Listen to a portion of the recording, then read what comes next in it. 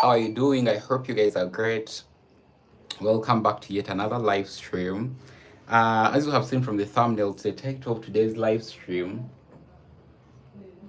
we're actually doing a part two. Yesterday it was a part one, and today it's going to be a part two, and I'm going to be discussing the differences or Nairobi versus Kampala. Yesterday we are actually basically on Kenya versus Uganda.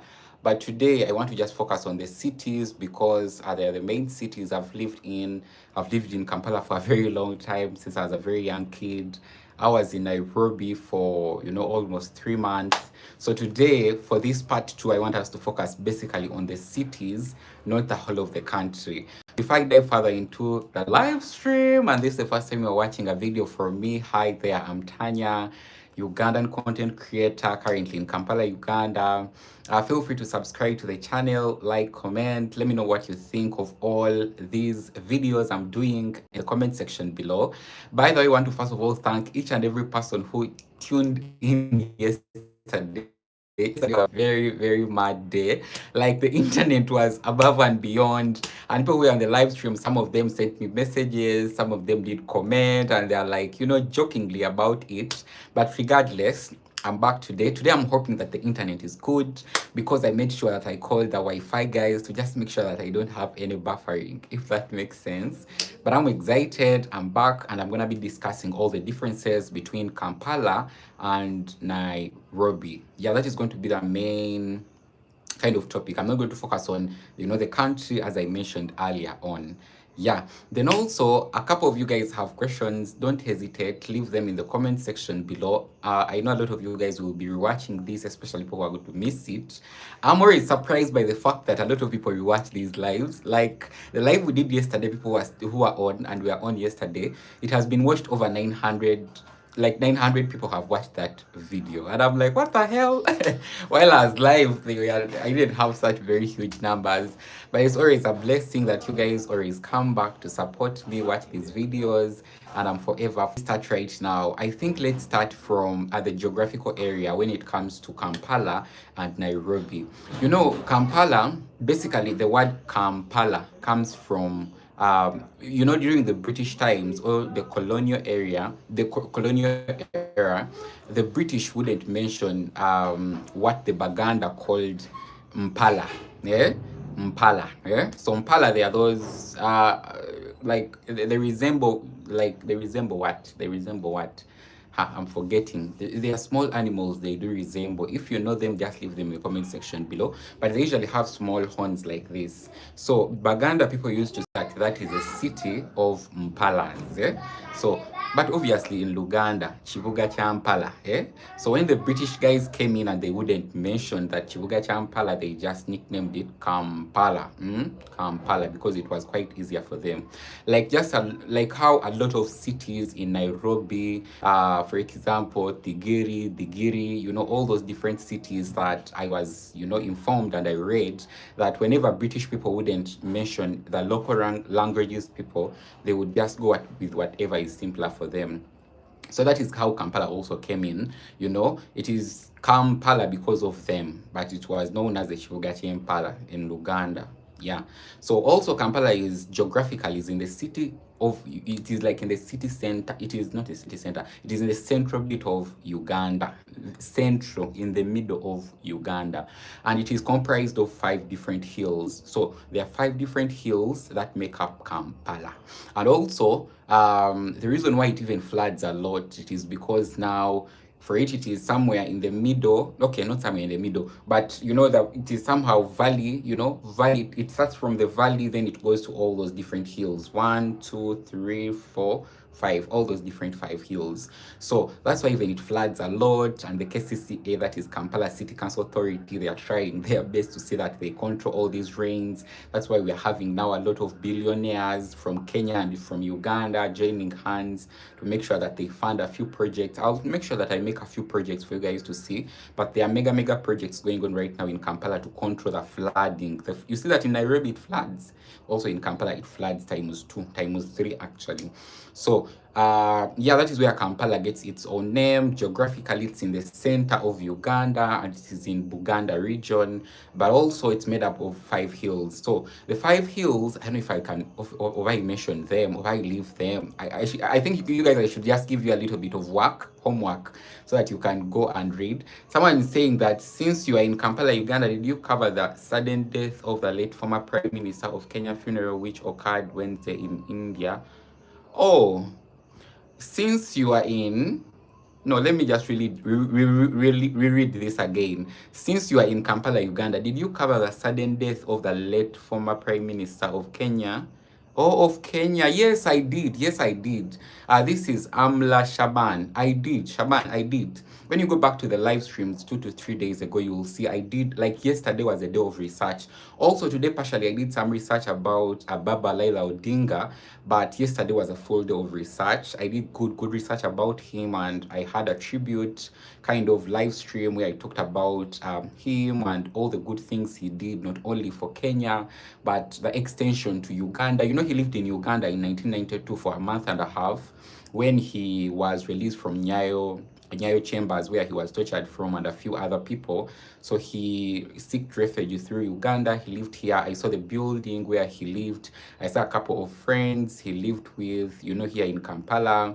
And yeah, it is just, you know, incredible in its own particular way. But yeah, I covered that. But today we're actually not covering that. Yeah, I'm following live from Weymouth, Massachusetts. Oh, that is amazing. Thank you so much. Oh, God.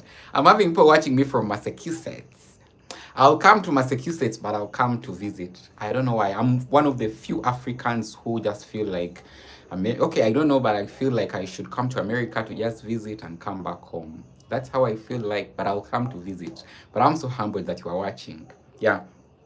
The point was, I don't know if you guys, I should tell you, you know, the different hills that make up Kampala, or I should just give you some homework. But I think let me maybe just give you a little bit of history, a few history before we go to Nairobi and what I've read about Nairobi and what I've experienced about Nairobi. So the 5 hills, amongst the 5 hills, for example, there is Makerere Hill, where there is the oldest university within East Africa, that is Makerere University. There's Lubaga Hill, where there is the Catholic main headquarters within Kampala. There is also Kawempe. Kawempe, no, I would say, okay, yeah. There is also Kawempe. Kawempe is also another one. I'll just leave for you for the 2 ones so that you can go research. I don't want to bore you with all the history. But geographically, that is how Kampala is formed. It is formed on 5 hills, and that's why we have a lot of flooding, and they are trying to control rain here and there. Yeah. But when it comes to Nairobi and the period of time I spent in Nairobi, I did see that most of the city, it is first of all on a quite flat, not flat, but okay, compared to how hilly Kampala is, Nairobi, it's more of a flat kind of area or flat kind of surface. And you realize that you don't find a lot of hills and what. For example, if you're traveling through Kampala, it is very obvious that at some point you'll find a hill. It is very obvious that at some point you'll find, you know, all these particular, you know, kind of curves. Now for Kenya, it's only when you are traveling towards the Busia border, that's where you'll find most of those hilly kind of places, hilly kind of areas. But in Nairobi city, according to what I saw and what I experienced, and you know, what I've read online and the history of Nairobi, it's basically on a quite flat topographical kind of area, which is also absolutely okay. And also, just before I leave that point, I would love to just say that like generally the population of Kenya is much bigger than the population of Uganda, if you don't know. And Kenya right now, it's over, I think, 50 million. We are right now over 44, 45 million, if I'm not mistaken. And also that calls for a lot of different factors to put into consideration. Now, through my reading and doing a little bit of research and living through Nairobi, I did realize that there is a lot of mass immigration from especially rural areas to Nairobi's, like Nairobi metropolitan area, that means the surrounding area of Nairobi, but also within Nairobi city. I'm not saying that doesn't happen in Kampala or in Uganda generally, but I would say that the numbers are overwhelming according to a little bit of, the statistics and all that. In Kampala, it's about 1.6 million people who actually basically commute every day from wherever they live into Kampala city center, either to work, either to do whatever they have to do. But in Kenya, it's over 4 million. Oh God, 4 million is somehow a big number, believe it or not. 4 million people commute every day. Okay, not to be specific, but over 3-4 million people commute every other day to come to Nairobi city to work. And that is a very big number. And you also realize that not only because of the population, but I also understand that Kenya, the way how it has been designed, and when you look into its history, and when you look into the colonial influence and the Western world influence, it's more all about work, money, work, money. And it's a point I'll talk about maybe later on. But I think that is also one of other factors that influence a lot of this mass immigration of people coming from wherever they are coming from to come settle into Nairobi, like Nairobi city center. Then also in Kampala, as I told you, it's at about 1.6 million or 1.4, basing on the date, basing on the date, not the date, but the day. It can be either Monday, Tuesday, bases, but Kampala 1.6, Nairobi, we are looking at over 4 million. Then also, if you live in Nairobi a little bit, you realize that the Nairobi metropolitan area is quite big. It is literally bigger than even that of Kampala. Metropolitan, in simplicity, I would explain it as areas that are bordering the city or something like that. In simplicity, areas that are just closer to, not closer, they are part of Nairobi, but they are not like Nairobi city center. You realize that the metropolitan area of Nairobi, when you add on the amount of people who just come to work into Nairobi, it's over 9 million. Oh my good Lord. For me, I didn't actually know that. For example, Pipeline, remember that I lived in Pipeline a little bit. I didn't know that Pipeline, I didn't know that Utawala, Githunguri. Okay, when you are traveling through these matatus and you are riding through, you look at the distances and sometimes you look at the jam and you're like, are we really still in Nairobi? But the truth is you're actually still in Nairobi. So that is how big the metropolitan areas are. And they carry over 9 million people live in those metropolitan area.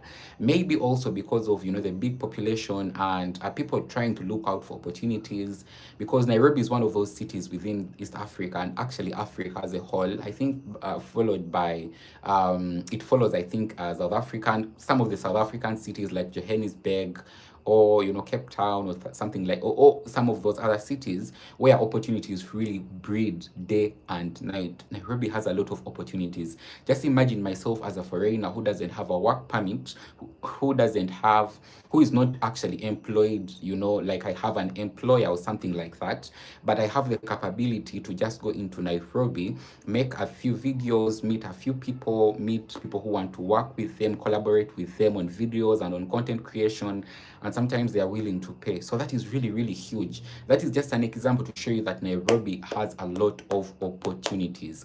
No wonder that people move from wherever they are coming from to come settle into it, and the metropolitan area or areas around the city. Now, it is completely different from Kampala. I realized that with Uganda generally, since we didn't have a lot of European kind of influence, we had the European kind of influence, but when you go back into our history, you look at some of the agreements we had, especially with our first president. The first president of Uganda was a king of Buganda, Mutesa the First. Mutesa the First, we call him Mutesa the First in English, but in Uganda, Mutesa Asoka, And when you look at the 1900 agreement, that is in Uganda, we call it Endagano Yorenda. When you look at all those agreements, there is a way how they limited a little bit of influence when it comes to Europeans and British penetrating into Uganda and specifically into Kampala. So we don't have a lot of, the same European, British kind of influence that rather would have brought in a lot of opportunities, or rather would have brought in a lot of different international organizations, rather would have brought in a lot of, other things that would keep on attracting people to come into the city center. Now, I'll give you an example. Before I traveled to Nairobi, this was because I traveled to Nairobi in May, June, July. I was back in July. I was here in Kampala in July, August. I got an opportunity to move a little bit through Uganda. Moved from Kampala. My India was born in Kampala. My parents were born in Kampala. So like I didn't have enough exposure when it comes to the northern part of the country, where there is, the Luo people of Uganda, the Acholi, Lira, all those different places, Acholi, Bu. I didn't like Gulu. I didn't have enough experience with that. Then the same thing with the west, the same thing with the north. I didn't have enough exposure. But when I came back from Nairobi in May, I said, let me just travel a little bit. And I had got an organization which I was working with, partially part-time, to make sure that I provide VMMC services. So I was working on a mini contract kind of basis, and we walked through all those different places. Now, the reason why I'm saying this story is that I realized that a lot of Ugandans, okay, there is immigration, that is rural urban migration, but it is not so much compared to what I've read and what I've heard within Nairobi. And that is because also linked to that in Uganda, because people, okay, Kampala has opportunities, but people look at their own village or their own local areas out of Kampala as also a green opportunity to create whatever they have to create. That's why we have minimal. I'm not saying it is not so minimal, but comparing to other East African countries, it is quite lower. Yeah. And in simplicity, that is it when it comes to, population. The population of Kenya is generally higher, but of Uganda is quite lower. And, I've also explained a little bit when it comes to the metropolitan areas and why, why in Nairobi actually. Hey, then also, before actually I leave this point, I would just say, would want to just say this. Someone told me that in Kenya, someone might leave the house right now. Eh? Like they leave the house right now. That house will be occupied in the next 24 hours. That it is very, very common. Like people are always looking for houses, people are always moving into houses, people are always changing houses because people are always migrating, especially from village areas to Nairobi. They are migrating from wherever they live into Nairobi. Yeah, so I think I've been able to explain that a little bit, and I hope that I've given, a broader picture when it comes to it. Yeah. The next point I want to talk about when it comes to these two cities, by the way, in case you have any, contribution, any subtraction, don't hesitate. Leave them for me in the comment section below. Yeah. So the second point I want to talk about, or rather the third point I would actually talk about, it has to be, it has to be like human behavior in both cities, human behavior in both cities. I never wanted to put it under culture and custom because I talked about this yesterday, but I just feel like in Nairobi, because of a couple of, the population is quite much, and it's a go kind of city, and sometimes you are uncertain of people around you. You have to be always on your guard. Such things, I just feel like the behavior of people, it is quite, it has been quite trimmed a little bit. Like, regardless of the fact that we say that they are quite social and, they are open people, but sometimes they are, for example, you can greet someone and they might think of you as a thief, or they can think of you as someone who wants to take advantage of them, or something like that. I think you guys are understanding what I'm saying. It is completely different from Kampala, but also in Kampala, I'm not saying that there are not bad oranges or bad tomatoes among us. It is actually, there is also that part of us. But because of, as I told you, the crime rates, the petty theft, things like that in Nairobi, because of the population, I just feel like the behavior of people are trimmed down a little bit. And you can approach someone and you greet them or ask them, and they're like, why is this person greeting me? Do they have ill intentions towards me or something like that? I've had such interactions. The second time I came to Nairobi, I remember very well. I was, very free, very open. Any person I was finding, greeting them, hello, I was going through the elevator with Gabriel and, his kids, and I was just greeting people because it is so common to us to actually greet people, especially when you find them, for example, in a bus, when you find them, for example, in, an elevator. We are taught that whenever you greet someone, you never know in the next 2-3 seconds, whatever a car gets an accident and they report to God forbid, they're the people to save you, or whatever the case may be. We are groomed up in that position that whenever you find someone somewhere, at least say hello, because you never know the trip you are traveling with. You would have forgotten your wallet at home. You would have, and in case you didn't greet this person, or in case you had not established, a relationship from the word go, chances are very high that, they'll not help you in one way or another. So that's why most of the time it is absolutely, absolutely important that we do it here in Kampala, Uganda. But I realized that now in Nairobi, it is completely different. Gende eri sebo bambi. Gende eri ndi business. So I realized that it is completely different compared to, here in Kampala, Uganda. Just excuse me on that. Someone was, thought that, this is the house they wanted, but they want another house. So that is it, guys. The behavior of people, it is quite different compared to, the two places I've been to. The other thing I want to talk about, I think it has to be the crime rates. Yeah? The crime rates are quite higher in Nairobi compared to Kampala, and this is me being quite, very frank. And according to the research I've done, the crime rates in Nairobi, because of the population and because of also, now I'll talk about this because it's the absolute truth. Because of now there are tribalistic kind of issues coming in, and there are a couple of other things, linked onto that. The crime rate, it is slightly higher compared to Kampala, but I'm not saying again that in Kampala we don't have crime rates. They are there, but compared to the two cities, and this is one thing I was telling a few of my friends last time, that I'm more careful in Nairobi than I'm more careful in Kampala. Like in Nairobi, I'll be more on my tiptoes than I'm in Kampala. And I'm not saying this because I don't like Nairobi or anything like that, but in case you have tested, now for example, myself, if you missed the video where someone almost snatched my phone in Upper Hill, that video, I'll link it probably in the description box of this video. But someone tried to snatch my phone in Upper Hill, and it left me initially it left me a very big post-traumatic stress kind of wound onto my heart, and I wouldn't function in the next few days. It is something that had not happened to me the whole of my entire life, and it happened to me firsthand in Nairobi. So whenever something like that happens to you, there is a way how you wake up, your mind switches up a little bit, and you become a little bit more conscious, if that makes sense.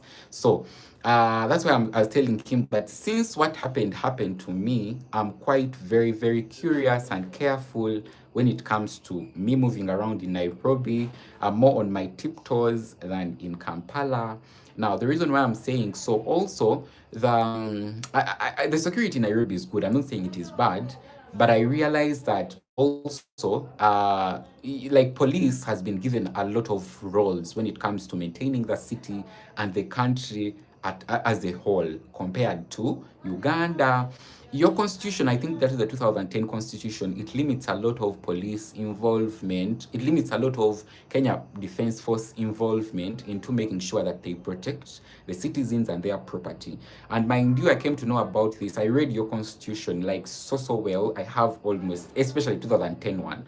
I read it very well. I can memorize a few things and some of the articles, but some of the things that stood out for me, I don't want to discuss it today, but I would say some of the things that stood out for me is that the Kenya Defence Forces are almost given only one role, to make sure that they protect the country from external forces. Whatever happens into the country, it is a responsibility of the Kenya Police. And that's why within the Kenya Police, there are a couple of other branches. Initially, I thought that it is the army, the Kenyan army, but no, those guys who wear uniforms that resemble a little bit like army, they are not army, they are actually police, but they have a specific purpose compared to the ones that wear blue.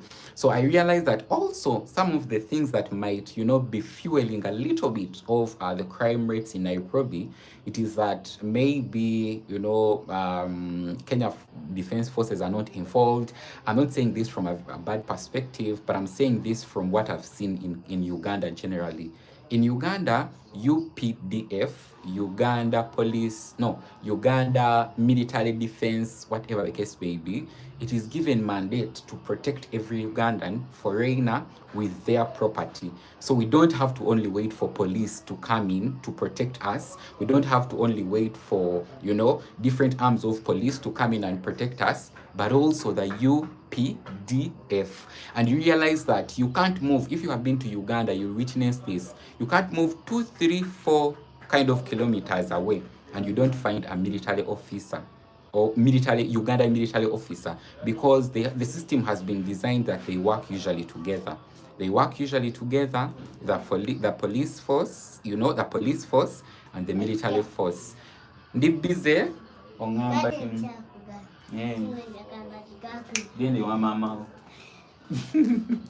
So someone is again disturbing me. But anyway, kids, compound, and I'm filming on the balcony. So what I'm trying to say is this, guys: because of your constitution, it limits a lot of different things to you guys, especially when it comes to security, compared to us. Yeah. The other point I want to talk about, that I think it's also quite in the same kind of category when it comes to security and feeling a little bit secure within your country compared to Uganda, it has to be now the internet. I realize that there is a way how the internet in Kenya fuels some, there's a how it fuels things, because I remember it was August, almost end of August, and there is a little bit of instability that was going on with the CBD, but I realized that the internet, my good Lord, oh God, people were on the internet, people were on the internet saying this, saying that, the city is not safe, CBD is not safe, what? I realized that also, there is a way how it did, fuel up things somehow, yeah? Like, as a foreigner who was there is some point I felt like, oh God, I think I'm not safe. At some point I was like, oh God, I think I'm not safe. But because of the internet, I think a lot of TikTok videos, don't pass via Moi Avenue, don't pass via Sumanya Galitos, don't pass via this street, don't. If people ask you or greet you, don't reply to them. I think it's also one other thing that I realized in Kenya, because of either, the too much peace on the internet or too much freedom on the internet, that sometimes people tend to just, say whatever they have to say on the internet. Now, I'm not saying that in Kampala it is not there. It is completely there. But, there is a way how our communication kind of system here, especially by the internet, has been regulated. And I'm saying this because I know for sure that we live in we are actually present in a government that has, been designed to protect Ugandans, to make sure that Ugandans are safe and this and that, which is absolutely okay. But it also helps us in one way or another. And I think you can understand that. It also does help us in one way or another. In a way that, for example, I've seen a lot of arrests here in Uganda. Even before I came to Nairobi, I've seen a lot of arrests, especially when it comes to people who tend to do those internet security kind of threats. And on top of that, people who just misuse the internet and, post a lot of, different things that might cause a little bit of urgency when it comes to the general security of the country. In simplicity, I think I've been able to discuss that in good details when it comes to, how I did see security while I'm in Nairobi and also while I'm in Uganda generally. Then, because I know, people will be watching this and might have a little bit of much to say, but that is also my own perspective. Yeah, that is my own perspective. That is the way how I did see things while I was there. That is the way how I was able to perceive things there compared to here. The other thing I want to talk about, which I find quite different between both of these cities, it has to be the transportation system. Yeah, the transportation system, and I've talked about the transportation system in a lot of different kind of videos. But for this one specifically, I would say that border borders, it is they are in Nairobi, but they are not so overwhelmingly many like they are in Kampala. If you have visited Kampala, you definitely know this. In Kampala, we have very, very many border borders. Yeah, very, very many border borders. Like sometimes if you are driving, you're actually bombarded. You are bombarded by the border borders, and they drive recklessly and they don't follow traffic rules. I haven't drove or been able to operate a motor, either a bike or a car in Nairobi, but I'll talk about it a little bit. But also, I would just say that when it comes to Kampala, our system has very many motorcycles. And we don't have very many tukutukus, but I didn't see a lot of tukutukus in Nairobi. I only saw them between Isili, because I went to Isili, I think, 2 times, but I think I saw them, like a big number of them between Isili back to CBD. But in Kampala, we don't have very many tukutukus compared to border borders. Border borders are very many, and border border accidents are also very, very many. Because the body that is supposed to regulate these guys who drive border borders has not done enough. That's what I think. Because they are given permits, some of them even without showcasing that they know whatever they are going to do, without going through the right training. Some of them learn driving or learn cycling border borders from their friends, and they buy these border borders, put them on Kampala roads, and that is why we have very, very bad border traffic. On top of that, accidents. Now, in Nairobi, I saw border borders there, but compared to Kampala, they are not, like, the numbers were not overwhelming. Believe it or not, the numbers are overwhelming within Kenya when it comes to border borders. They are very absolutely many. In Kampala, not in Nairobi, in Kampala, they are very absolutely many, and at sometimes you can't even cross the road. Now, I would say also, still on the point of transportation, that since Nairobi has basically very big roads, and a big, I'm saying, usually they have 12 lane, 8 lane, 4 lane roads. For example, Mombasa Road, for example, Thika Road. There is a way how their kind of road transportation system has helped them to get they are called what? They are called footbridge. Footbridge. Nairobi roads have very many footbridges, which I think also helps, especially pedestrians, when it comes to crossing certain big busy roads. In Kampala, we don't have so many footbridges, and I'm saying this as a Ugandan who have lived in Kampala for a very long time. Even along very busy roads, people have to just get knocked, accident. Then the city county government realizes that, you know what, we might need a footbridge at this particular point. But other than that, when I look into the Kenyan kind of road system, I really like those kind of footbridges they have established at different points throughout the roads. Then, when it comes to also transportation, allow me talk about this. I think Kenyan police officers, and I'm not saying this because I want for it to appear somehow bad, but I just feel like they want money a lot. Because, oh God, I've like, whenever matatu has stopped, or whenever I've been in an Uber and it has stopped, at least 200 has to be folded and given to a police officer. And I'm not saying this to bash anyone or to look bad, but I just feel like, comparing to Kampala, those stuff do happen. But compared to Kampala, I just feel like chances are very okay. What I've seen, what I've experienced, chances are very low that, a car is going to stop by the roadside, and the driver is going to give a police officer chitu chidogo. Chances are very minimal, very minimal. But in Nairobi, I did realize, whenever an Uber is stopped, whenever matatu is stopped, they have to make sure that they are purple notes. They just fold the purple notes. They give the driver, and they give the police officer. And it is the same thing while we're actually traveling throughout, coming back, to Uganda and going even to Nairobi. Whenever we'd find a police officer, they give them. I'm not saying it is bad. It is bad, but I'm not saying that it is the worst thing. Because also, I don't want to give my honest thinking about it, but I did realize that it is so much in Nairobi compared to Kampala. There is a lot of road kitu kidogo. And then also sometimes in case you need help from anyone, it might not be for only transportation. It just feels like you have to make sure you have something for someone, something for someone, something for someone. Man, it is quite heavy. Now, for example, for us content creators, there are some points that you want to access some project, you want to get into some place, but you have to just make sure you have something small. For almost everyone you are going to find guarding that particular premise. I'm not saying it is, I did it not, it is much. It is really, really much compared to what I've seen in other parts within Kampala. Yeah. By the way, when you come into the live stream, don't forget to like the live stream. It really does help a lot. A lot. The like button, I think it is somewhere down here.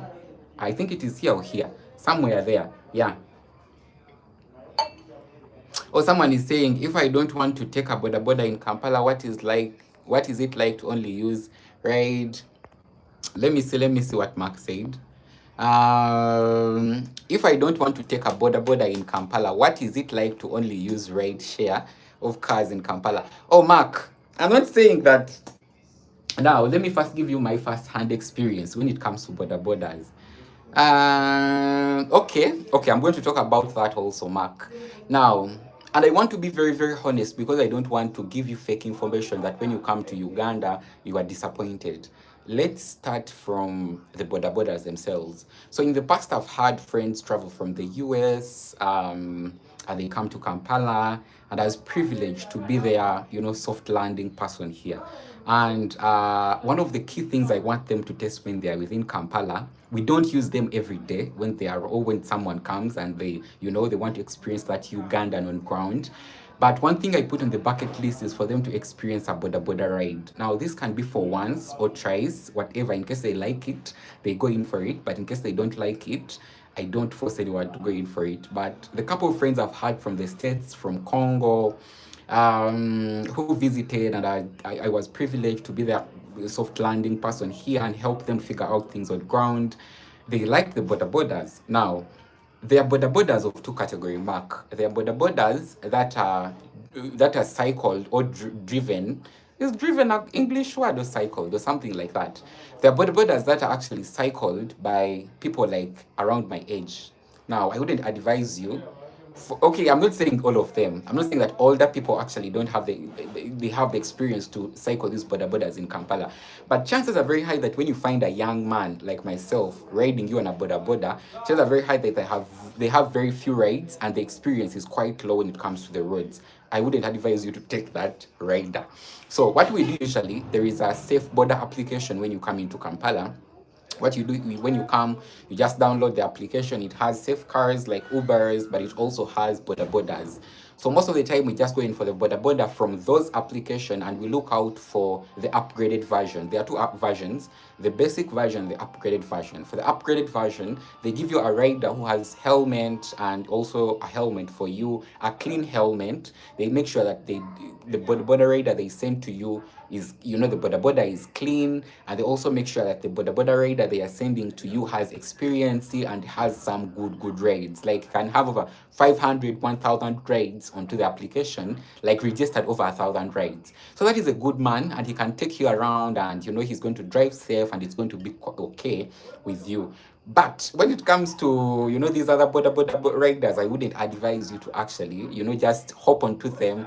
Myself, I can hop onto them because now I know these guys and I can gauge and know that this is someone who has just come from the village and they might, they make something out of this ride before even we reach. But for you, I would advise you to go in with a boda rider from the Safe Border application. They are quite very affordable. Mind you, when I'm in Kampala, I never take taxis. I take only bodas. Even when I'm going from a very short distance. Now, Mark, for example, if you will know. Example, if I'm going from Kilimani to Village Market Mall, where we were.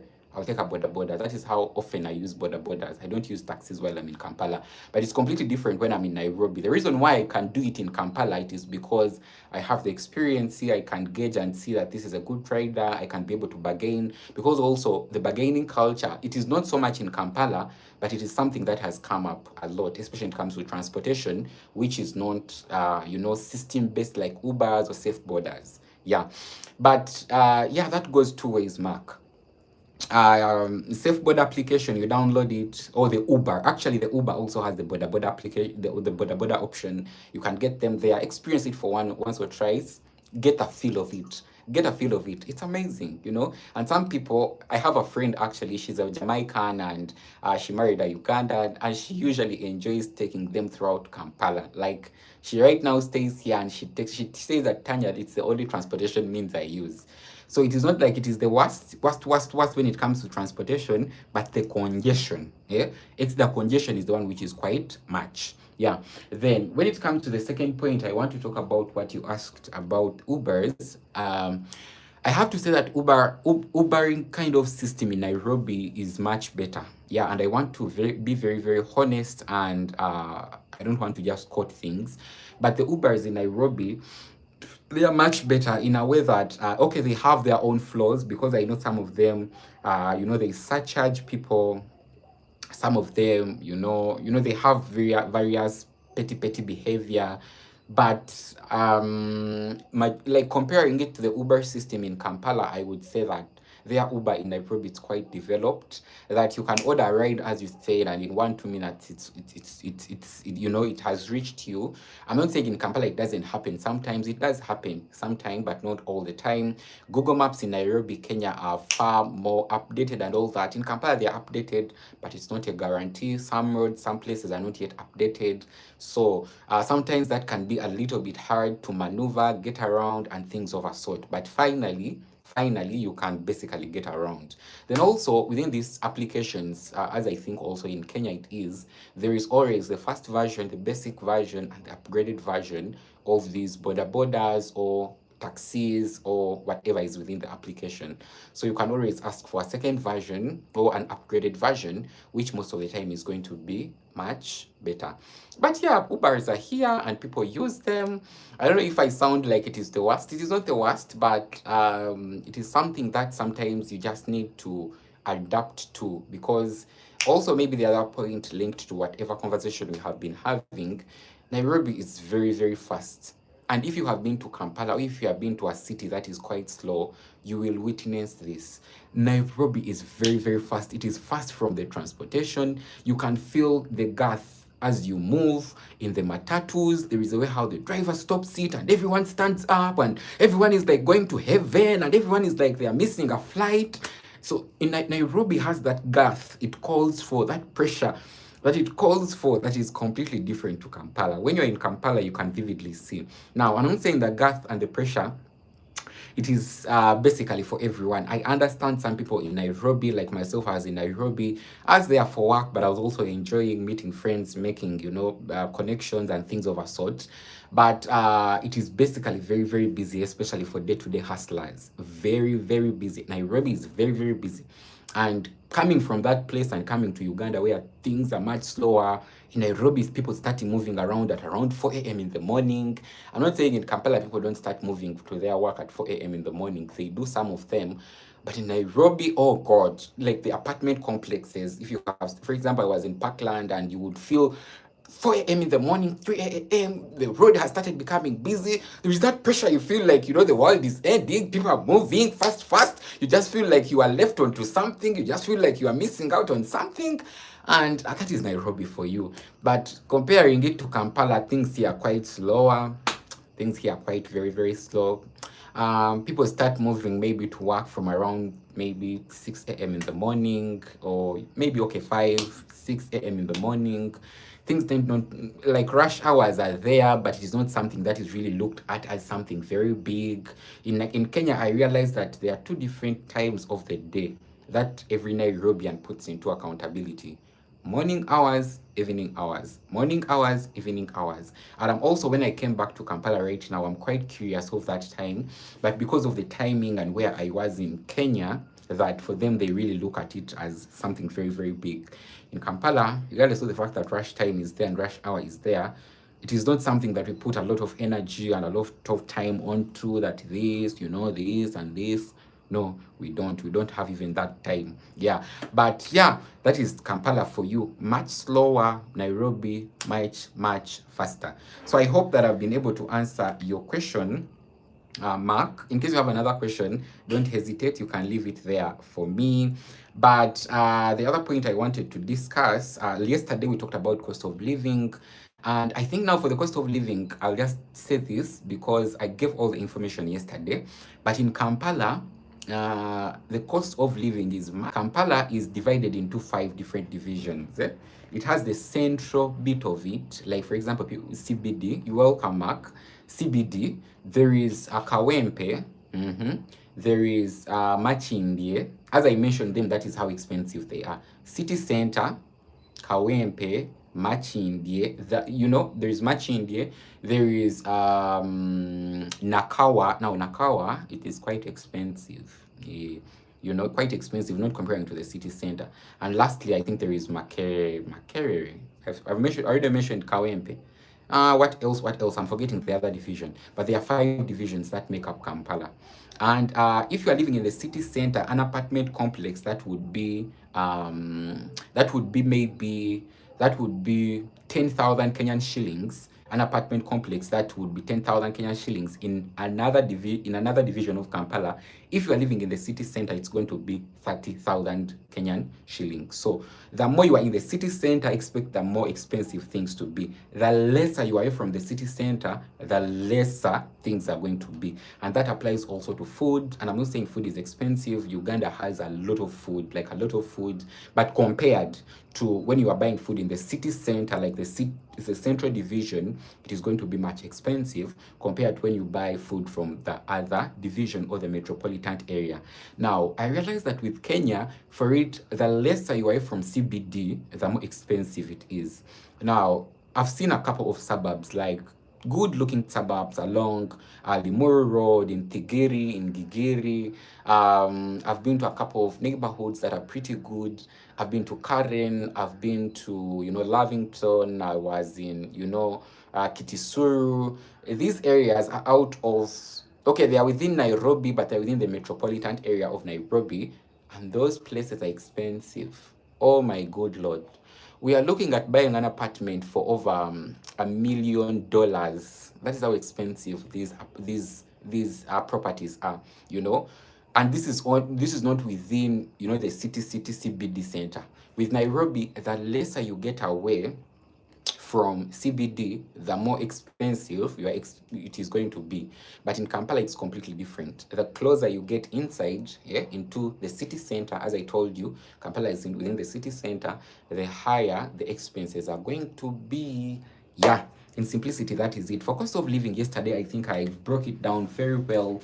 And even for someone who just wants information, I think we were able to just get into, that. Yeah.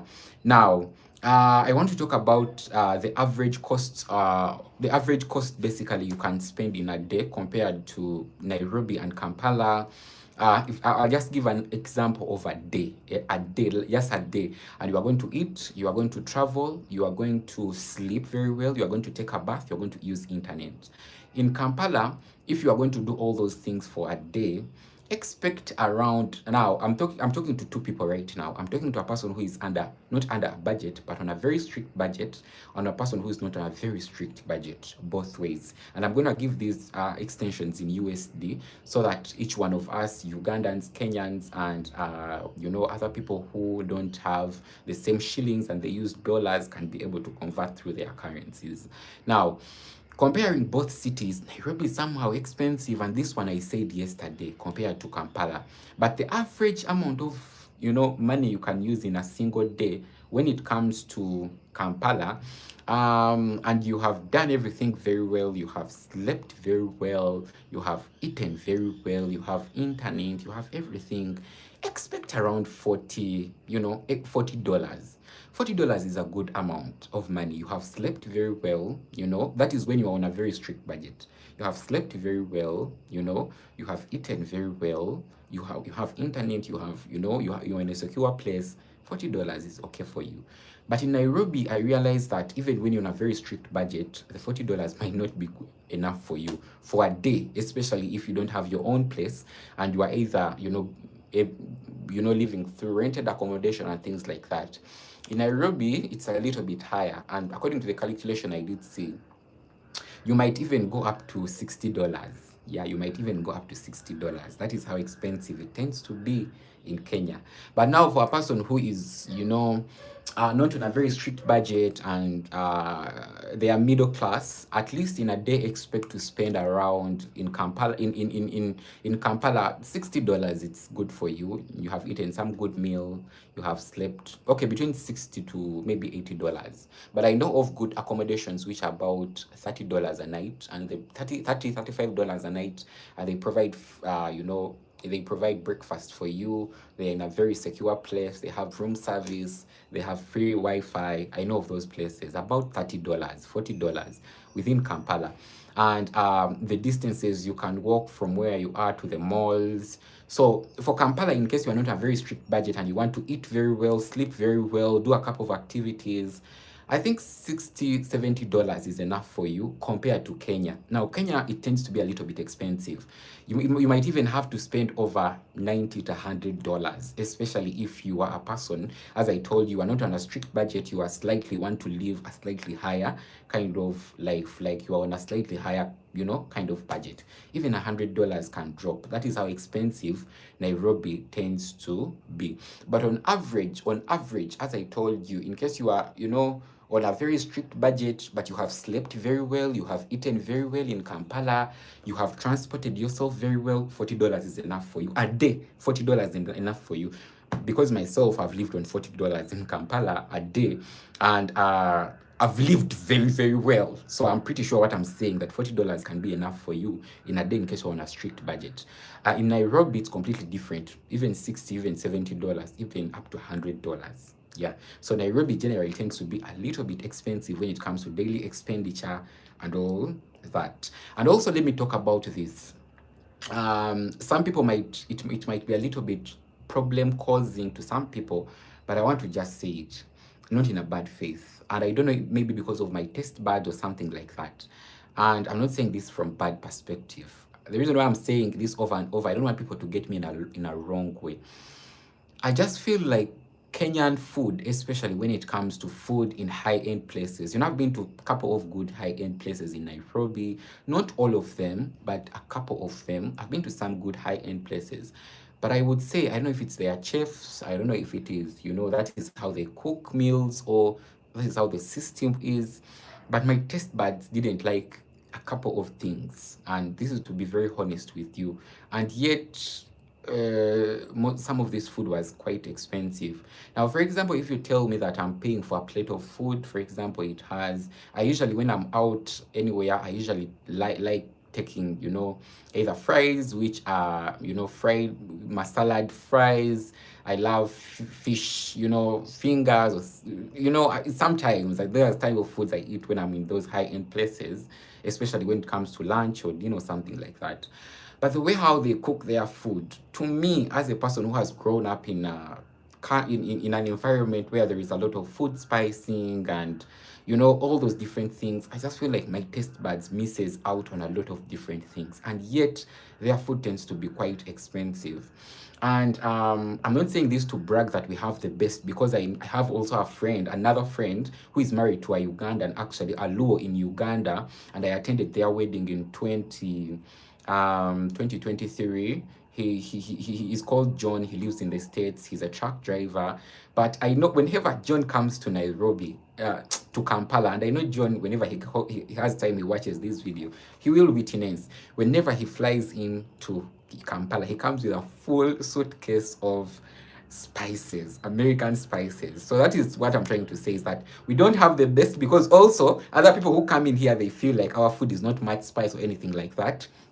But the cost of food in Nairobi, especially in high-end places, it doesn't really match some of my taste, not some, but my taste buds, they really don't equate. They really don't equate. And that is my personal opinion. Now, the same thing when it comes to Kampala, I just feel like food, especially in high-end places in Kampala, regardless of the fact it's high, it is like high priced and all that, it tends to be quite tasty. Yeah, it really, really tends to be quite tasty, regardless of the fact that I'm paying $10 for a meal, $15 for a meal. It is going to be some good quality food. Then also the portions. I don't know why, but I just feel like the portions in Kenya are quite smaller. I don't know, but I just feel like the portions in Kenya are quite smaller compared to the portions that you might pay for $15 or a $20 meal here in Kampala, Uganda. Maybe because we have a lot of food and chefs here just want to give us a lot of food, but the portions are pretty. If you don't agree with this with me, you travel to Kampala. Get time and travel to Kampala, go to a good restaurant. You'll see the amount of food they'll give you. You'll have even to take away. That is how much food they tend to give when it comes to Kampala. So that was for food. The other thing I didn't talk about yesterday when it comes to the cost of food and all that, it is water, beverages, drinks, people who enjoy beers and cappuccino. I'm a person who enjoys cappuccinos all the time, every time. You know, I would say prices in both countries are quite affordable, especially let me start from cappuccinos. Now, for an average cappuccino in Kampala, Uganda, we are looking at a good one in a very good place. For example, we are looking at either Carmel Hotel is one of those places in Kampala which is quite common to give good food. Maybe Middle East restaurant. We look at a good cappuccino to be around 3.5 USD. 3.5 USD. That is for a good cappuccino. That is a single espresso, I think. In Kenya, it might be around, $3 or $2.5 or something like that. But also it bases on where you have gone. As I mentioned, it bases on where you have gone. In case you have gone to a slightly higher place, expect the prices to be a little bit higher. In case you have gone to a slightly lower place, expect the prices to be a little bit lower. And that is for just cappuccinos. In Kampala, I just think that their cappuccinos are hyped a little bit, 3.5. Even some places you might find that it is $5.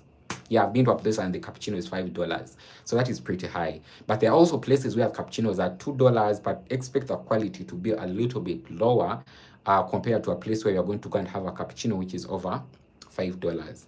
Now, in Nairobi, I've had cappuccinos in different spots, and I think their ranges, even in a good place, they range from around 2.5 USD anywhere to 2.5 USD anywhere to maybe 4 USD. Yeah, averagely. Then for people who enjoy beers, I would say that a beer here in Kampala, Uganda, a good brand, for example, Bell Lager or something like that, we look at a price of around maybe $3. Yeah, maybe $3. And in a place that is not so expensive, we look at around maybe $2, something like that, around $2. Yeah, but in Nairobi, I'm not a drinker. But this information I'm just giving out to any person because I want to give a broader view when it comes to a couple of things. I'm not a drinker, so I didn't do a lot of research when it comes to Kenyan beers and all that. But in case you know this, I know a couple of people will be watching this. Just help us leave it in the comment section below. Yeah. I think that is it when it comes to beverages. Maybe a good drink, a cocktail or something like that in Kampala, I expect to be around 5 USD. 5 USD is about 5 USD is around what? 5 USD is about maybe 20,000 Ugandan shillings, 15,000 Ugandan shillings. And in Kenya, I did realize that even before I go to Kenya, let me first remain to Kampala. Most of the time, most of these cocktails in Kampala, they tend to be overpriced. I don't know why. They tend to be very overpriced. I don't know why. But the same thing to Nairobi. While I was in Nairobi, I tried some cocktail while I was with Nefa and Hezia, while we were in Parklands. It was not so expensive, and I think it was a good one. I've tested some of them here in Kampala, Uganda, but it is not my. I just think they are overhyped. Anyway, I don't know why, but I just feel like they are overhyped. Yeah. In simplicity, that is it when it comes to drinks and beverages, and I think I just gave you a broader perspective when it comes to food. Yeah. And also, I want to urge you this to you guys. In case you don't have the money, don't stress yourself to go eat out in very expensive places. Don't even bother. Kampala has a lot of affordable food. I don't even how I can explain this to you. You can get out of your apartment, go by the street side, people are selling food for as low as 30 bob. Like matoke, a full kavera, those uhuru bags, you call them uhuru bags, for over 20, for 30 bob, but a full, full uhuru bag of matoke. So food is still quite affordable. In case you don't have the budget, don't stress yourself, because I also don't want you to come, here, overspend your money, and time reaches and you are actually, I've seen people, they have not calculated their budgets quite very well, they have not been able to do their math very well, they have lived in this lifestyle of trying to prove to people, and they have gone broke onto the continent, onto in here in camp in Uganda. Yeah, so be quite careful when you are in Kampala, or whenever you are, while you are in Kenya, wherever you are. Try to be on a very, very strict budget. Myself, I try it. Sometimes it is quite overwhelming, but try your best that in case you cannot eat in a high-end place, go to the supermarket, buy food, cook it at your place. It is also another way of saving money. But in simplicity, I think I've been able to give you a broader view when it comes to that point I really wanted to talk about. I see over 4 people in the live stream. When you come in, please like the live stream. The like button is somewhere here or here. It really does help moving forward. Yeah, yesterday I talked about health. I've already talked about greetings. Maybe the other thing I will talk about between the two cities, it is all about um, people in Nairobi really don't care a lot when it comes to a lot of different things. Like people stay into their own lane, and I like that for them. People stay into their own lane. In Kampala, it's quite different because we are more of an, we still run through the African traditional kind of society. As I told you, we didn't have a lot of European kind of influence. We had the influence, but it was not so much compared to Kenya and other African countries like South Africa. So African tradition still roars a lot in Kampala. In Kampala, I think it's the only city where you cannot, for example, the girls, I've seen girls in Nairobi, how they dress up and their belly buttons are out. I'm not saying it is bad. It is not bad to me because it's their own lives, but their belly buttons are out and they're having mini skirts, and they're showing a lot of their bodies. I think it's only in Kampala where you cannot do that, because as soon as you do that, people are going to bash you. People are going to bash you. Believe it or not. If you say that I'm lying, come to Kampala, do that. People are going to bash you from wherever you are going to pass, but the border guys will not pick you up. Taxis will not take you. They'll say that you are dressed inappropriately and you are spoiling their kids. That is how much we are still living in, that kind of society, kind of order. But in Nairobi, I realize that people go along their business. You might decide to move naked and people will just look away. So I don't know if it is good or bad, but it's something I did realize. Kampala is one of those cities that really people still give a damn and still follow the African kind of, setting that a child or a person does not belong to the parents, but belong to the whole society. And the whole society is responsible because when they fail, they have failed the whole society. In Kenya, people mind their business a lot. They mind their business a lot. It is completely different when it comes to Kampala.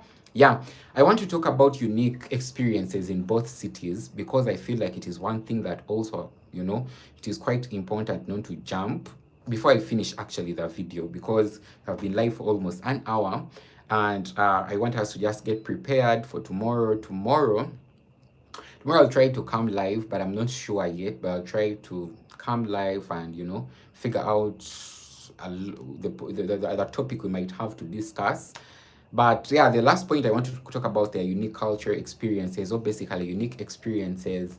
I just feel like Kenya, because of because of being one of those countries that has a lot of, like people from all over the world, the experiences have actually evolved over time, because when you look into the kind of ceremonies, kind of get-togethers, the parties, the clubs, most of those things are quite many in Kenya compared to here in Kampala.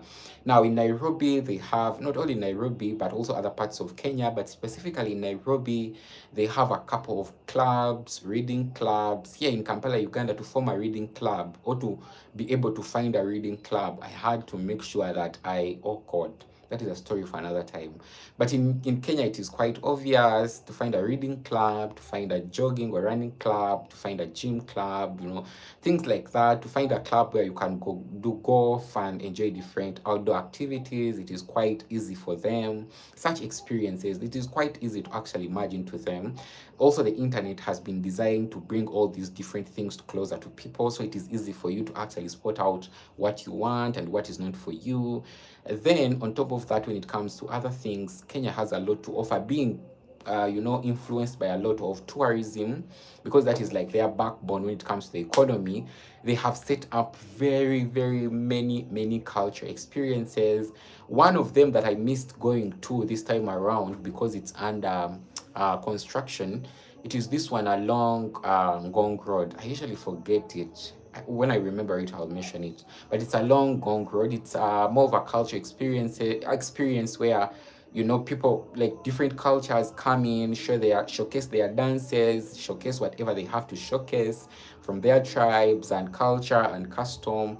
On top of that, there are also others. For example, Kikuyus usually have their annual kind of meeting, and the Luo people, they usually also have the same to other different tribes. So those are some of the things that I think I don't see here in Kampala, Uganda, but in Nairobi they are quite very popular, and because maybe of the tourism and people being a little bit free, and it is quite easy for them to be able to set up such things and experience things from that particular perspective. Yeah, we are almost finishing the live stream, but I think I've been able to go over the points I want to talk about. Yesterday I talked about language, that in Uganda Kiswahili is our official language too, national language, but it has not been implemented. But hopefully it will be implemented. English is our formal language, like official language, and if any person can speak English in Kampala, that is good news. I've talked about the cost of living, I've talked about accommodation, I've talked about food. Even yesterday I talked about food. I've talked about safety, I've talked about transportation. I think I talked about transportation, but basically I based my conversation on borders. But to be just a little bit broader, we have every other transportation like how they have them in Kenya, here in Kampala, but we don't have trains, active trains. We don't have trains in Kampala. We might have a train, a commuter train, a local commuter train, but it goes for a very small point. A lot of people don't use it because most of them are old trains. So in Kampala, we don't have trains, but we have borders. We don't have matatus in Kampala. Yeah, we have many taxis, what you guys call shuttles in Kenya. Ubers are here, safe borders are here. Buses are here. Buses here, they travel very long distances. They don't travel short distances. They tend to travel very long distances. So within the city center, we don't have matatus, and it's completely different in Nairobi, because in Nairobi they have matatus, and they have matatus, they have the shuttles, they have the trains, because I've taken train twice while I'm in CBD. Yeah. So transportation, that is to, maybe give an approximate of price, because someone again might say Tanya prices. But in Kampala, we are looking at every kilometer is being charged over a kilometer in an Uber or in public transportation. Public transportation tends to be a little bit cheaper. But in case you are moving into an Uber, every kilometer it is charged 1,000 Ugandan shillings. For example, if you are moving a 10-kilometer journey, that is 10,000 Ugandan shillings. If you are moving a 20-kilometer journey, expect to pay about 20,000 Ugandan shillings. And 1,000 Ugandan shillings is like 30 bob. Yeah, about 30 bob. And 10,000 Ugandan shillings is about 300 bob. Yeah, so that is how the Uber system kind of works here in Kampala, Uganda, when it comes to transportation, especially private transportation, Ubers and safe borders and things like that. But again, when you go into public one, it tends to be a little bit cheaper. Like you can travel a journey of 30 kilometers for 30 bob, or 60 bob. So public transportation tends to be a little bit cheaper compared to private one. Compared to Nairobi, in Nairobi, it's also very cheap, because in Nairobi I don't think even a kilometer it is charged over 30 bob. I'll do my research on that, but I don't think so. One thing that I'm pretty sure of is that in Nairobi, especially when you're using public transportation, you are going to save a lot. The first time I traveled to Nairobi in May, I used a lot of Ubers, and those Ubers were very expensive. There is this one point I was with my friends, and we were moving from Parklands to the Giraffe Center. By the way, I lost all my footage from the Giraffe Center, so I don't have a video about the Giraffe Center, but probably this time around when I come, I'll plan to go to the Giraffe Center. But regardless, that Uber guy charged us over 10,000 Kenyan shillings. 10,000 bob. 10,000 bob. And whoever would care to listen and I would tell this story, they would be like, that guy over cheated you. And it's the absolute truth. Because that guy used a very long route from Parklands to the Giraffe Center, and we are in traffic jam for a very long time. He passed us via Kiambu Road. We don't know how we came through Thika Road. We are like just meandering, and it was our first time in Nairobi, and that machine read over 10,000 Kenyan shillings. I don't know how. I don't know how. A friend told me maybe he would have typed something on screen or would have designed up something on screen to just show you guys, but it was 10,000 Kenyan shillings. That was very, very unfortunate. But I'm not saying that for public transportation it is the same. The good thing with public transportation in Kenya, it is like most of the time they have these particular boards they are putting up, and it has the amount of money you're expected to pay. And for Ubers, most of the time the meter will read and tell you that this is the amount of money you are going to pay after a particular trip. Yeah. But that is it. I think for transportation, I've also been able to give in a little bit of light. The city councils of both cities, I would say, doing from the research I've done, Nairobi City County government has a little bit much power in developing Nairobi City compared to the Kampala City Council Authority. Because Kampala City Council Authority, part of its authority is still held by some arms within the government, the central government, and I think that has limited a lot of progress. It has really limited a lot of progress. I don't say that we don't have a mayor. We have a mayor of Kampala, but he has very limited powers in order to run the city. He has very limited powers. But the research I did do in Nairobi, you guys also have a governor. You called him a governor, the governor of Nairobi, and he has a lot of powers, and he has his own council that he runs the city with and makes sure that everything is on point. And I think maybe with time, it is something as Ugandans or as Kampala that we should look into to make sure that we give more power to the mayor, so that he can be able to do more, decisions by himself without doing a lot of, inquiries, and without being limited by the central government. Yeah, so that is to the powers between the two governments. Then the last point I want to talk about, which I didn't mention in yesterday's video, it has to be, I talked about affordability already, I've talked about transportation already. Maybe I'll talk about urban planning, because it's one thing that I want you to have also a broader picture onto when it comes to Kampala compared to Nairobi. I just feel like Nairobi has been planned very well over a period of time, that they are quite organized compared to Kampala. For example, Nairobi CBD, it basically was more of not a commercial, but basically was more of a place where it had a lot of, official buildings for banks, for, offices. And there is also the Eastlands, the Northland, like each lands were actually designed to take over or to pursue a particular kind of, responsibility for the development of the city. They also have, compound. It's also another kind of area just near CBD, where most of the offices were shifted because of, over congestion. Then they have Upper Hill, which right now has a lot of offices and some embassies. The British embassy is actually there. And, the organization, really, you can feel it while we're in Nairobi. I'm not saying in Kampala it's not as organized, but our urban planning still it is not really, it is something that I think they are trying to work on, but it is not yet superb class, it is not yet superb class. It is something that we still need to work on and work on and work on. Things are not as organized as I have seen them in Nairobi. Nairobi residential areas have been designed to be residential areas, and maybe there are a few commercial kind of things in place, but they are not so much. There are some areas I know of, especially in Lavington and Riverside, that I've heard that the residents have really took it even up to court to make sure that these people who are trying to establish up malls and bigger buildings and skyscrapers into their neighborhoods are actually, debunked from doing that.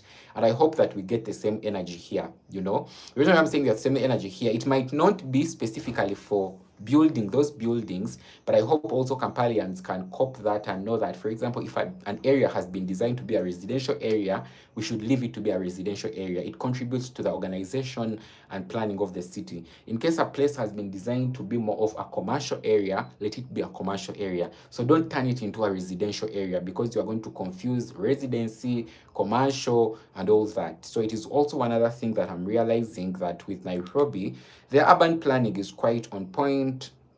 They have, public spaces where, there is Uhuru Park. They have, a couple of places that you can just go in and sit and chill. And Kampala, we have the parks, but I won't say that we have very organized parks like the parks I've seen in Nairobi. They are not like that. It is something that I think KCCA is really trying to put a hand on. Next week on Monday, I'll try to do Kampala videos to just bring you along the changing face of Kampala, how it has changed.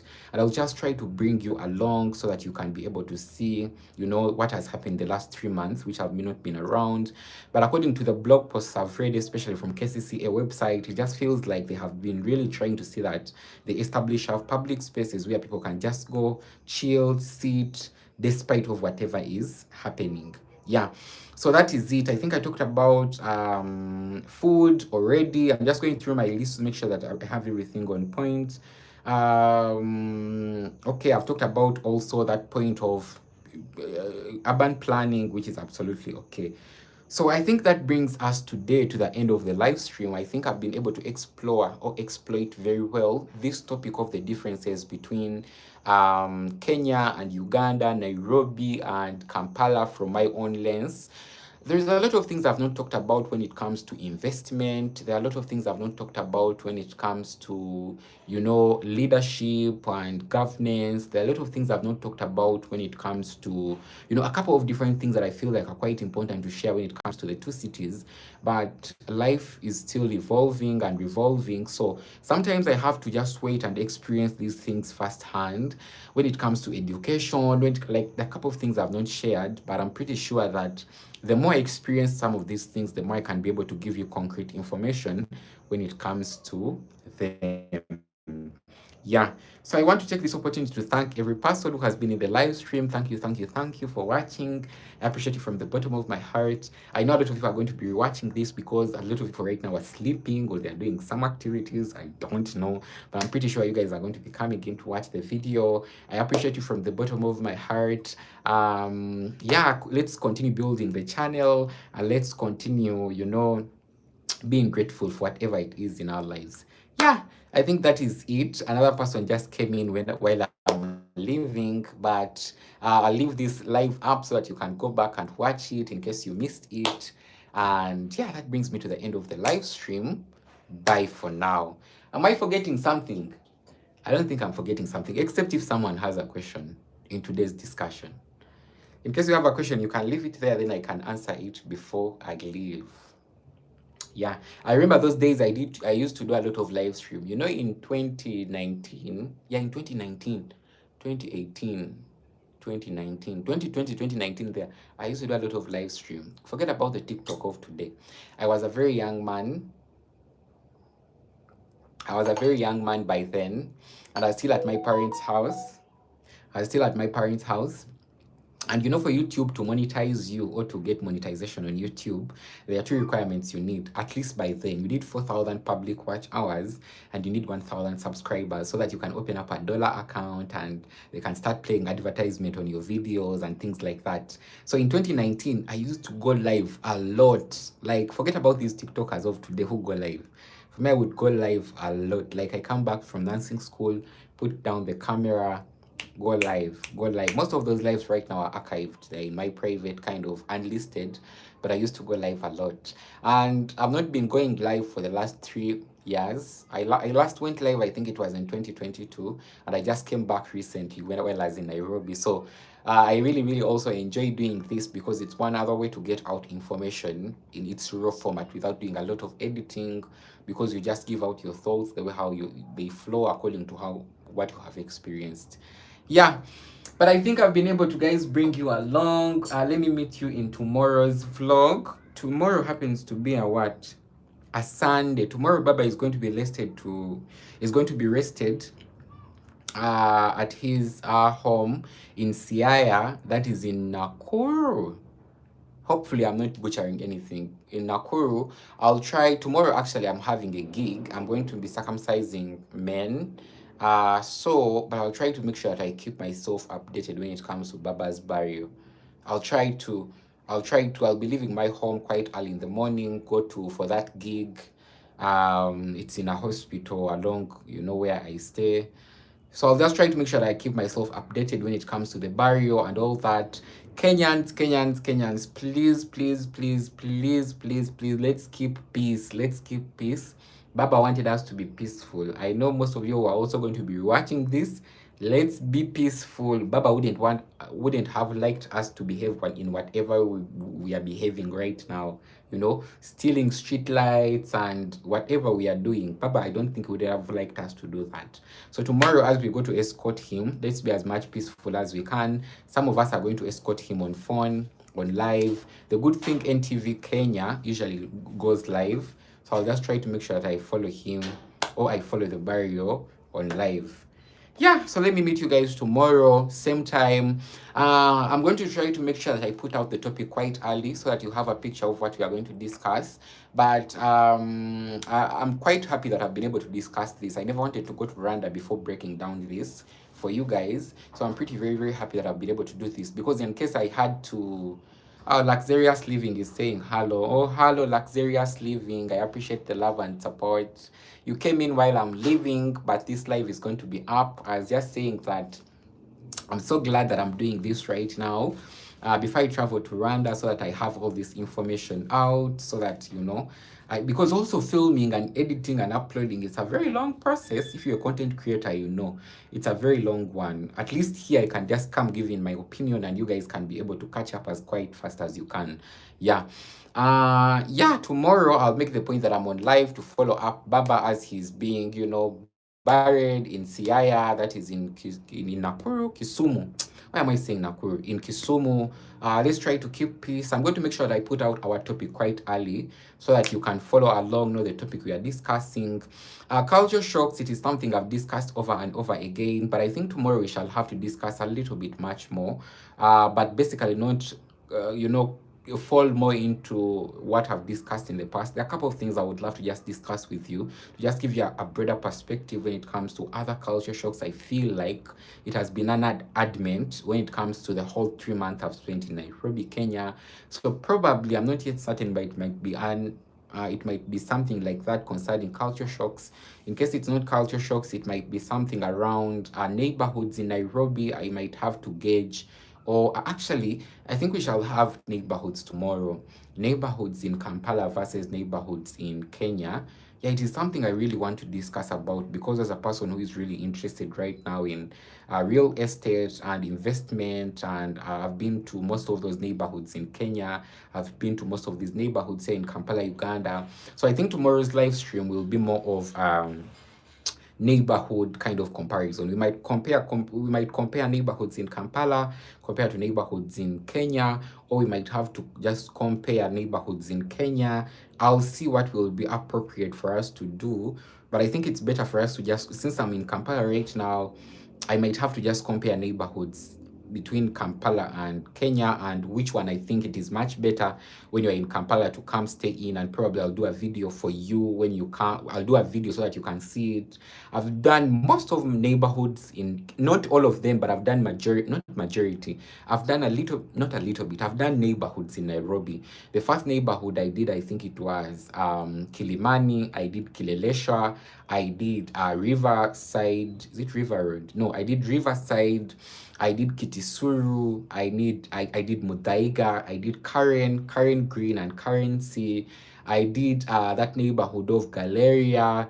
I did Nyayo Estate, that is in Feather Estate. I did Pipeline. I did Transami. I've done Parklands in the past while I was there, but Parklands was not well done, so it is something I'm looking into to do. Maybe next time while I travel to Nairobi, I'll have to either book something around Parklands so that I can recover Parklands very well for you. Parklands is actually a good place, and if you haven't been to Parklands, it is quite affordable, though not so affordable, but quite affordable. So the reason why I'm saying quite affordable is that I was there with a couple of friends, and it was $220 for 5 nights, and it was, you know, quite okay, security very well. But I did a video there, but it was not so in depth. But next time when I come, I'll make sure that I book maybe a room near a house closer there so that I can cover it in depth for my people out there so that they can have a picture about Parklands. But also Parklands, I've done, you know, I've done what else? Mudaiga, I've talked about Mudaiga. I've been to what else? I've done a couple of neighborhoods. So I think I have some good information when it comes to neighborhoods too, when it comes to Kenya and neighborhoods in Kampala here. So probably in the next few live videos, we shall try to do that and try to compare where someone can stay when they travel amidst the two countries. And this is not like a stamp, like you have to stay here, but it's another perspective. It's another perspective of how you can see things so that you can have a second option. The first time I traveled to Nairobi, we didn't have a lot of options, but now I know, because I've been there and I've walked the walk of these neighborhoods, I think now I can have better options when it comes to where I can stay, quite closer to CBD, quite closer to whatever I want, whatever activity I want to access and all that. So yeah, tomorrow I'll just come up with a topic quite early. I'll post it online so that you if you follow me, you'll definitely see it. It will be, you know, something like this, that Tanya is going to be going live around 8:30. I'm trying to go live around 8:30 because it is quite in the night and the internet is quite very good by my balcony area. Yeah. So thank you very much, guys, for watching the live stream. I appreciate you from the bottom of my heart. I'm going to just sit and edit right now, content creator life. My mom was calling me in the morning saying, "Oh, Tanya, I saw the live you did yesterday. You didn't even sleep for 2 days." And I'm like, "Mom, you know, I'm no longer working. I'm no longer working like in a full-time job. And you know that now YouTube is something I'm doing. I'm supposed to just keep going." So right now I'm going to just go start editing. I have 2 projects I have to edit. You guys, please support me on the projects I'm going to be putting out. These are projects I filmed while I was still in Nairobi. I have a project about the night Kencom passway. Is it called a passway or paving? It will be coming out first, I think, tomorrow.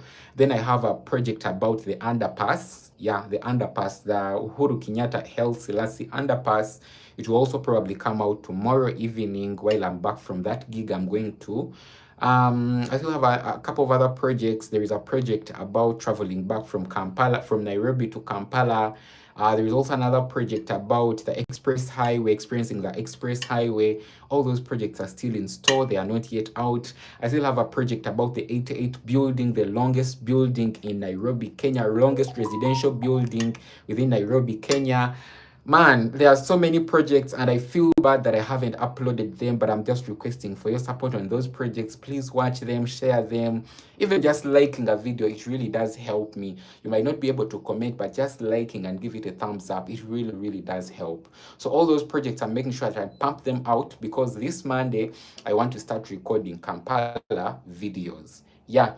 With that said, guys, I just realized that I've rambled the last few minutes back to back.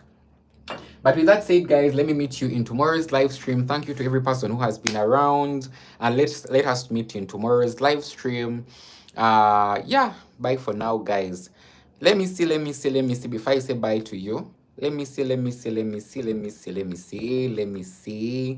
Okay. See, these other features on screen that actually I didn't even know how to use.